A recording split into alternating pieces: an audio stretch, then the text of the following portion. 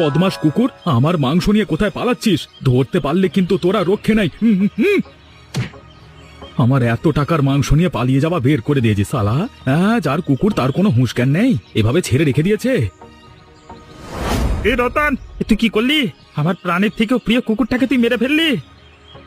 আমি আপনার কুকুরকে মারিনি, শুধু লাঠি দিয়ে এক ঘা দিয়েছি। তাতেই যদি মরে যায় কি করব আমি? তোকে কিন্তু আমি দেখে নেব। তুই জীবনকে আমার থেকে কেড়ে নিলি, তোর ব্যবসা আমি বন্ধ করে দেবো। তা আপনার প্রাণের কুকুরটি যদি আমার দোকানের কাঁচা মাংস নিয়ে পালায়, তাহলে আর কি করব? আর আমি এমন ভাবেও মারিনি যাতে কুকুরটি মারা যায়। বারে বাহ, কি সুন্দর অজুহাত দিতে পারিস রে তুই। আমি নিজের চোখে দেখলাম তুই লাঠি দিয়ে কুকুরটাকে মারবার পরই কুকুরটি মারা গেল, আর এখন বলছিস মারিনি। দেখুন, আমি সত্য কথা বলছি, ব্যবসার সময় মাথা গরম করাবেন না। এমনিতেই মাংসটা আমার জমিদার বাবুর বাড়িতে পাঠানোর কথা ছিল, এবার কি করে মাংস পাঠাবো? তুই কাজটা কিন্তু ভালো করলি না। তোকে দেখে নেবো রে শালা। তুই আমাকে চিনিস না আমি কি জিনিস। আরে আপনি জান মশাই, এক কথা 14 বার বলেই চলেছে। নিজে কুকুরকে খেতে দেয় না, আবার এখানে গরম দেখাতে এসেছে, যত সব। কি হলো গো, মাংসটা পাওয়া গেল? জমিদার বাবুর বাড়ি থেকে লোক এসেছিল, আমি কি বলবো ভেবেই পাচ্ছিলাম না। মাংসটা পাওয়া গেলে তো হয়েই যেত। এই কাঁচা মাংস তো কুকুরটা খেয়ে নিয়েছে, তার সাথে আর এক কাণ্ড ঘটে গেছে। আবার কি হলো গো? এখন আমার ব্যবসাটা থাকবে কি থাকবে না সেটাও বুঝতে পারছি না। ধর ধর ধর ধর, ভালো লাগে না। ওগো, এই ছোট ছোট ব্যাপারে অত ভেঙে পড়লে ব্যবসা করবে কি করে বলো তো? এসব নিয়ে অত ভেবো না, ও কিচ্ছু হবে না। আমি ওই কুকুরটাকে মেরে ফেলতে চাইনি গো, কিন্তু কি করে যে কি হয়ে গেল বুঝতেও পারলাম না। আচ্ছা যাও, আমার তো হয়ে গেছে, আর ভেবে তো লাভ নেই। আর তুমি কান্নাকাটি করলে ওই কুকুরটা তো আর জীবন্ত হয়ে উঠবে না, তাই ও সব কথা বাদ দাও। এখন আমি জমিদার বাবুকে কি উত্তর দেব? জমিদার বাবু বাড়িতে আশা করে বসে আছে, আমি সব আশায় জল ঢেলে দিলাম গো। শোনো, ওপরওয়ালা যা করে মঙ্গলের জন্যই করেন, তাই ওনার ওপর বিশ্বাস রাখো। তুমি আর বুঝবে কি, আমি কি চাপের মধ্যে আছি? সব দায়িত্ব তো আমাকেই নিতে হবে। এ ব্যবসাটা যদি বন্ধ হয়ে যায় তাহলে তোমাদের খাওয়াবো কি? এ চিন্তা আমার মাথায় কুঁড়ে কুঁড়ে খাচ্ছে, ভালো লাগে না। কেন গো, সব চিন্তা কেন তুমি করবে? তোমার সাথে তো আমিও ব্যবসায় হাত লাগিয়েছি, অর্ধেক দায়িত্ব তো আমারও আছে নাকি? তুমি সমস্ত চাপটা নিজের ওপর নিচ্ছ কেন? নিজের মনটাকে হালকা করো। হ্যাঁ গিন্নি, তুমি ঠিকই বলছো, আমি অতিরিক্ত বেশি ভাবছি। আমি যা ভাবছি কিচ্ছু হবে না, আমার কপালে ওপরওয়ালা যা লিখেছে সেটাই হবে। রতন, রতন, তুই বাড়ি থেকে বেরিয়ে আয়, বেরিয়ে আয়, সামনে বেরিয়ে আয়। শালা, আমার মান সম্মান তো পুরো ডুবিয়ে দিবি তুই করে। এই জমিদার বাবু, আপনি? এই যে আমার পরম সৌভাগ্য। আসুন আসুন, ভেতরে আসুন। সৌভাগ্য না দুর্ভাগ্য সেটা তো পরে বোঝা যাবে। তুই আগে আমাকে বল, আমার কাঁচা মাংসটা এখনো পৌঁছালোনি কেন? জমিদার মশাই, আমি আপনার কাছে মাপ চাইছি, একটা বিশাল কাণ্ড ঘটে গেছে। দেখ, আমি কোনো অজুহাত শুনতে চাই না। নিশ্চয়ই আমার থেকে কেউ বেশি দাম দিয়েছে, তাকে বিক্রি করেছিস, তাই না? না না জমিদার মশাই, আপনি বিশ্বাস করুন, আমরা কোনো অজুহাত দিচ্ছি না। আমরা এই গ্রামের সৎ ব্যবসায়ী। তাহলে আর কুকুর নিয়ে চলে যাবে? তোদের কাণ্ডজ্ঞান নাই নাকি? একটা মাংস সামলে রাখতে পারিস না? জমিদার মশাই, ভাগ্যে থাকলে কি আর করব, আমরা তো প্রত্যেক দিন ওখানেই মাংস রাখি। আজকে যে কাণ্ড ঘটে যাবে কি করে বুঝবো বলুন? আচ্ছা আচ্ছা, আমি ব্যাপারটা বুঝতে পারছি, কিন্তু কালকে আমার আরো বেশি মাংস চাই, প্রায় 20 কিলো মতো। আমার বন্ধুর মেয়ে আসছে, তাই দাওয়াত খাওয়াবো। বাবু, আপনি কোনো চিন্তা করবেন না, আমি ঠিক সময়ে আপনার বাড়িতে কাঁচা মাংস পৌঁছে দেব। কালকে কিন্তু আমার মান সম্মানের ব্যাপার, হ্যাঁ, ওটা নিয়ে যেন খেলা করিস না। আর যদি কোনো ভুল ভ্রান্তি হয় তাহলে কিন্তু তোর ব্যবসা আমি তুলে দেব। জমিদার বাবু, একদিন ভুল হয়েছে বলে কি প্রত্যেক দিনই হবে? আমরা তো এবার সাবধানে থাকবো, আপনি নিশ্চিন্তে যান, আর কিচ্ছু হবে না। ঠিক সময় আপনার কাঁচা মাংস আপনার বাড়িতে পৌঁছে যাবে। দূর দূর, কি করতে গেলাম, ব্যাপারটা কি হয়ে গেল? আমি তো ভেবেছিলাম ওই বিষ মেশানো কাঁচা মাংস রান্না করে জমিদার খেয়ে মরবে, তা না হয়ে আমার সাধের কুকুরটা মারা গেল। বাবু, ভালোই হয়েছে। আবার অন্য মানুষরা খেয়ে মারা গেলে অনেক বিপদ হতো। তাহলে বুঝতেই পারলে এই বিষের দাম কত। হ্যাঁ, সেটা তো বুঝতে পেরিয়ে গেছি। তুই যা একখানা বিষ এনে দিয়েছিস, ওই জমিদার খেলেই মরবে। বাবু, এবারের পরিকল্পনাটা তো ভেস্তে গেল, তাহলে পরের পরিকল্পনাটা কি? আরে হবে হবে, আবার একটা পরিকল্পনা হবে। তুই এখন এসব কথা ছাড়, আরে বসে মদ খা, আজকে বিদেশি মদ এনেছি। এসব মদ খেতে ভালো লাগে না, একটা ভালো মেয়ে পাচ্ছি না যাকে বিয়ে করে একটু সুখে শান্তিতে ঘর করব। হাসালি রে হাসালি, যে ছেলেটা প্রত্যেকটা মেয়েকে টোন টিটকারি করে বেড়ায় সে নাকি বিয়ে করে বউকে নিয়ে শান্তিতে ঘর করবে, যত সব। সেটা আমি কি করব বলুন তো, মেয়ে দেখলে নিজেকে যেন রাখতে পারি না। আরে বাবা, এবার একটু কমা এসব জিনিস। গত দুবার পুলিশ তোকে এই টোন টিটকিরির জন্য ধরে নিয়ে গেছিল, মনে আছে তো নাকি? সে তো মনে আছি, তারপর আপনি পুলিশ স্টেশনে গিয়ে আমাকে বাঁচিয়ে নিয়ে গেলেন। আপনি থাকতে আমার আর কি ভয়। না না, এসব কাজকর্ম বন্ধ কর ভাই, বারবার আমি কিন্তু বাঁচাতে যেতে পারবো না। পরে ভেবে দেখবো সব, এখন এখন একটু জমিয়ে মাল মারি, মানে মদ খাই। তোকে বললেও তুই শোধরাবি না। হ্যাঁ, শুধু তুমি কেন, আমার যৌবনেও আমি এরকম অনেক কাণ্ড ঘটিয়েছি বাবা, সে অনেক কীর্তি পর একদিন বলবো। হ্যাঁ,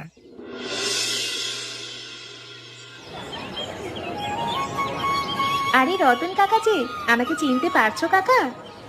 আরে মাধবী, অনেকদিন যে পর দেখছি তোকে, কি যে বলিস না, আমি আবার তোকে চিনতে পারবো না? তা বলো, তোমার মাংসের ব্যবসা কেমন চলছে? বাবা, বেশ ভালোই বড় দোকান করেছো দেখছি।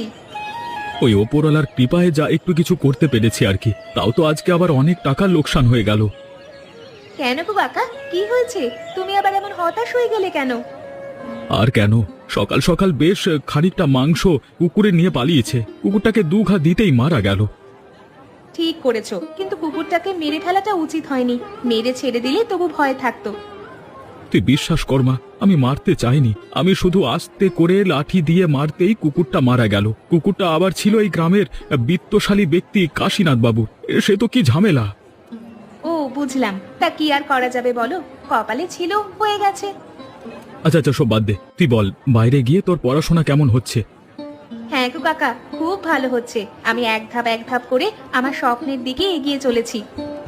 বাহ, এ তো খুব ভালো কথা, এভাবেই সবার মুখ উজ্জ্বল কর। ওই জন্যই ভাবি জমিদার বাবু আজকে এত খুশি কেন, তুই আসবি বলে এত খুশি। তোর জন্য কালকে আবার বহু লোকের দাওয়াত রেখেছে, আমার কাছে কাঁচা মাংস অর্ডার দিয়ে গেল। হ্যাঁ, ও তাই নাকি? কাকুসি আগের মতোই রয়ে গেলেন। ঠিক মনে আছে আমি মাংস খেতে ভালোবাসি। সে তো মনে থাকবেই, তুই তো আমাদের মেয়ের মতোই। আগে কত আমার এখানে খেলা করতিস বলতো, সেসব মনে পড়লে মনটা যেন আনন্দে উল্লসিত হয়ে যায়। আচ্ছা কাকা, তোমার সাথে পরে কথা বলবো গো। এখন কাকুর বাড়ি যাই, বিকেল হয়ে সন্ধে হতে চললো। এখনো যদি বাড়িতে গিয়ে না পৌঁছাই, কাকু আবার চিন্তা করবে। হ্যাঁ হ্যাঁ হ্যাঁ, সাবধানে যা সাবধানে যা, তোর সাথে কালকে অনেক গল্প করব। হ্যাঁ, দূর থেকে একটা সুন্দরী মামনি হেঁটে আসছে বলে মনে হচ্ছে। ঠিকই তো দেখছি, নেশার ঘরে উল্টো পাল্টা তো দেখিনি। যাই যাই, কাছে গিয়ে নিজের করবার চেষ্টা করি। ওই, ওই, ওই।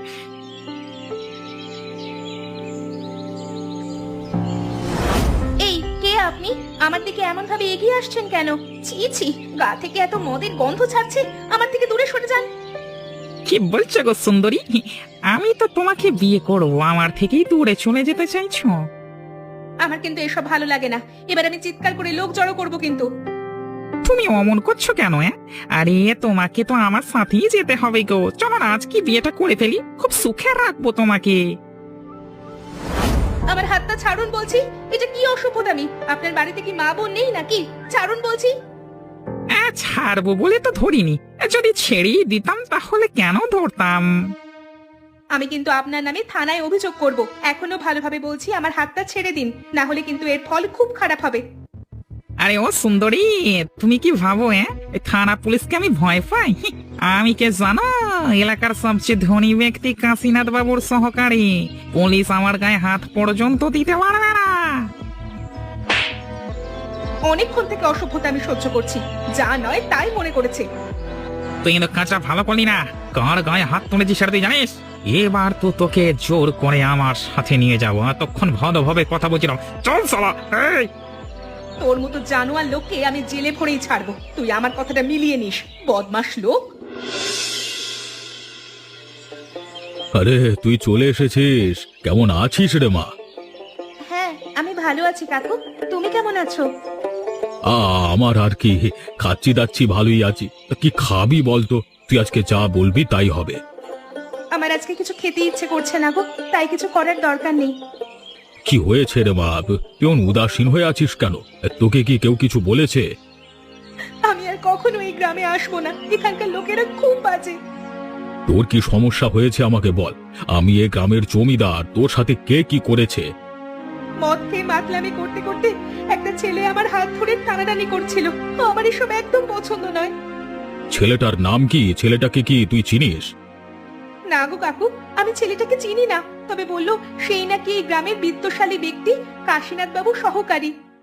ওই ছেলের এত বড় স্পর্ধা, মাতলামি করতে করতে তো হাত পর্যন্ত ধরে ফেলেছে।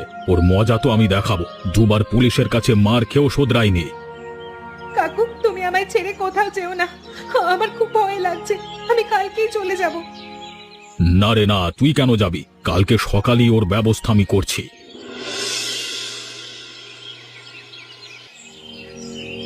বাবু, আমাদের কাছে আরো একটা সুযোগ আছে ওই জমিদারকে মারবার। কেন, কি হয়েছে? কেন, ওই জমিদার বাড়িতে মেয়ে এসছে, তার জন্য সারা গ্রাম জমিদারের বাড়িতে নিমন্ত্রিত থাকবে। ওখানে কাঁচা মাংসে আমরা বিষ ঢালবো। বাহ, এটা ভালো সুযোগ। এই সুযোগটাকে কিন্তু কাজে লাগাতে হবে আমাদেরই। এই জন্যই তো আপনাকে বলছি, ওই জমিদারের সাথে গ্রামের মানুষও মরবে, যারা আমাদের ঘৃণা করে তারাও মরবে। কিন্তু তুই কি করে জানলি এসব? আজকে সকালেই গ্রামবাসীদের মুখে শুনছি, তাহলে আমি কি করে জানবো? বললো নাকি সবার নিমন্ত্রণ। তাহলে তো ভালোই হলো। তামাশা দেখতে যেতে পারবো। সবাই মাংস খেয়ে মরবে আর আমরা সেখানে গিয়ে তো আমার সাথে দেখবো আর কি। হ্যাঁ, ওই জমিদারকে আমি ছাড়বো না। আচ্ছা বেটা, তাহলে তোদের পরিকল্পনা। এবার দেখ আমি কি করি। তোদের কাঁচা মাংস তোদেরকে যদি না আগে খাইয়েছি না, তাহলে আমার নামও মোহনলাল নয়। বাবু, এই জমিদার বাড়িতে কি সুন্দর একটা মেয়ে এসছে, দেখলে আমার চোখ জুড়িয়ে যায়। আমার সাথে বিয়ে করলে মজাই এসে যাবে। তাই নাকি? তাহলে তো আজকে আমিও যাব। একবার চোখের দেখা না দেখলে হয় নাকি? কালকে রাতে বাড়ি যাওয়ার পথে দেখা হয়েছিল, হত্র ধরলাম। বাবারে বাবা, কি নরম, হ্যাঁ, টুকটুকে ফর্সা দেখতে, হ্যাঁ, চোখ দুটো টানা টানা, যাকে বলে একেবারে সুন্দরী। ও, তুই এই মেয়েটাকেও টোন টিটকারি করে ফেলেছিস? সত্যি বাবা, তোর সামনে বাবা মেয়েগুলো সব পড়ে। আমি যুবক ছেলে, আমার সামনে পড়বে না তো কি আপনার সামনে পড়বে? এই তো বয়স, এখন মেয়েবাজি করবো না তো কখন করবো? আরে এসব ছাড় এখন। আগে চল ওই রতনের মাংসের দোকানে চল। সুযোগ বুঝে সব কাঁচা মাংসের বিষটাকে তো ভালো করে মিশিয়ে দিতে হবে। চল চল, তাড়াতাড়ি চল। ওই জমিদার আবার মাংস নিয়ে চলে গেলে তখন আবার আমাদের পরিকল্পনা ভেস্তে যাবে, বুঝলি?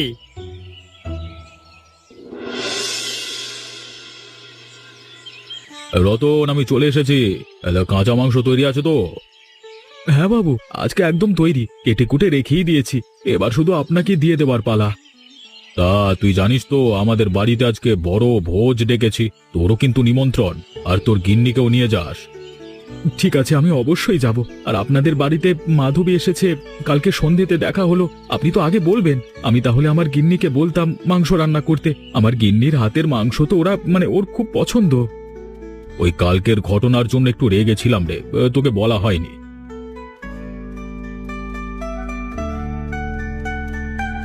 বাবা, আমাকে ছাড়া কি এমন আলোচনা হচ্ছে এখানে? আপনিও চলে এসেছেন। আপনার বাড়িতেই যাচ্ছিলাম নিমন্ত্রণ করতে। ভালোই হলো এখানে পেয়ে গেলাম। তা আজকে দুপুরে আমার বাড়িতে মহাভোজের আয়োজন আছে, সেখানে কিন্তু আপনাকে অবশ্যই যেতে হবে। আমি তো যাবই। আপনি এত করে বলছেন আর আমি যাব না, এমনটা হয় নাকি? জমিদার মশাই, তাহলে কি আমাদের মাধবীর পড়াশোনা শেষ? এবার কি তার বিয়ের জন্য পাত্র দেখতে পারি? আস্তে আস্তে বিষটা মাংসতে মিশিয়ে দিই, ওরা নিজেদের মধ্যে কথা বলছে, বুঝতেও পারবে না। না না, এখনো পড়াশোনা শেষ হলো কোথায়? একটা পড়া শেষ করে তো গ্রামে এসেছে, এরপর বিদেশে যাবে আমার মাধবী। বাবা, একেবারে বিদেশে যাবে? সে তো অনেক দূর। আর কি করা যাবে, মেয়ের ইচ্ছে পূরণ তো করতেই হবে। আমার বন্ধুর মেয়ে মানেই তো আমার নিজের মেয়ে। আচ্ছা, আপনারা গল্প করুন, আমি বাড়ির দিকে যাই। আমি ঠিক সময় পৌঁছে যাব জমিদার বাবু। আচ্ছা ঠিক আছে ঠিক আছে, আমি বুঝি আপনি অনেক ব্যস্ত মানুষ। কাশীনাথ, তুই কি নিজেকে বেশি বুদ্ধিমান ভাবিস? হ্যাঁ, তোর বিষ মেশানো কাঁচা মাংস আমি আগে তোকেই খাওয়াবো। হ্যাঁ কাকু, কাকু, আমি সমস্ত রান্না করে ফেলেছি, তুমি একটু চেখে দেখো। না না, এখন এসো, একদম খাবি না, আর কাউকে খেতেও দিবি না। কিন্তু কেন? এত লোক নিমন্ত্রিত, এবার তো আস্তে আস্তে খেতে বসিয়ে দিলেই হয়। না না, আমার দুটো বিশেষ লোক আসবে, আগে তাদের খাওয়াবো, তারপর সবাই খাবে। ও আচ্ছা, তোমার বিশেষ বন্ধু নাকি গো? হ্যাঁ, বলতেই পারিস বন্ধুর মতোই। তবে সে আজকে বুঝতে পারবে আমার পেছনে লাগবার পরিণাম কি হয়? তুমি কি বলছো আমি যে কিছুই বুঝতে পারছি না, আমাকে একটু খোলসা করে বলো তো। মারে, এসব তোকে বুঝতে হবে না। রান্না বান্না শেষ হয়েছে তো, তুই একটু ঘরে গিয়ে বিশ্রাম নে। আর যেটা বললাম কাউকে কিন্তু দিবি না, তুইও খাবি না, ঠিক আছে? আচ্ছা গো, তুমি যেমনটা বলবে। আমি কোনোদিন তোমার কথার অবাধ্য হয়েছি নাকি? তুমি তো আমার বাবার মতন। আমার ভালো মেয়ে। যাও যাও, ঘরে গিয়ে বিশ্রাম নাও, একটু পরে বেরোবে, তখন তামাশা দেখতে পাবে, বুঝলে? তুমি কি করতে চাইছো আমি কিছুই বুঝতে পারছি না, আর বুঝতেও চাই না। আমার বিশ্বাস তুমি খারাপ কিছু করবে না। হ্যাঁ হ্যাঁ, আমার উপর একটু বিশ্বাসটা রাখ, তারপর দেখ আমি কি করি। এ কি এত বেলা হয়ে গেল, এখনো কেউ খেতে বসেনি কেন? সেটাই তো, এত লোক সামনে দাঁড়িয়ে আছি এখনো পর্যন্ত খাওয়া শুরু হয়নি। এটা কিন্তু জমিদার মশাই ভুল কাজ করেছেন। আরে, আমার সমালোচনা করা বন্ধ করুন। আমি আপনাদের জন্যই তো অপেক্ষা করছি। আপনারা আগে খাবেন, তারপর আমরা সবাই খাবো। আজকে আপনারা আমাদের বাড়ির বিশেষ আমন্ত্রিত অতিথি। না না না না না না, আমি তো খেতে পারবো না। আমি খেলে হয় নাকি? কেন খাবেন না? আপনাদের খেতেই হবে, না হলে আমি ছাড়বো না। না না না না, আমরা শুধু দেখতে এসছি তো, কিছু খাবার খেতে পারবো না। আমি খাবার খাওয়া শুরু করলে সব খাবার একাই খেয়ে নেবো। বাবু কি সব উল্টো পাল্টা কথা বলছেন আপনি? যা বলবেন একটু ভেবেচিন্তে বলুন তো। আজকে আমি আপনাদের কোনো বারণ শুনবো না। আমি আমন্ত্রণ করেছি মানে খেতেই হবে। জমিদার মশাই, আমি তো বাড়ি থেকে এইমাত্র খেয়ে এলাম, আর খাবো না। আমি বাড়ি যাই এখন। হ্যাঁ, এখান থেকে কেউ বাড়ি যেতে পারবে না, একটু হলেও খেতেই হবে। পেছনে দেখেছো তো লাঠিয়াল দাঁড়িয়ে আছে, তোমাদের দুজনকে এখান থেকে বের হতেই দেবে না।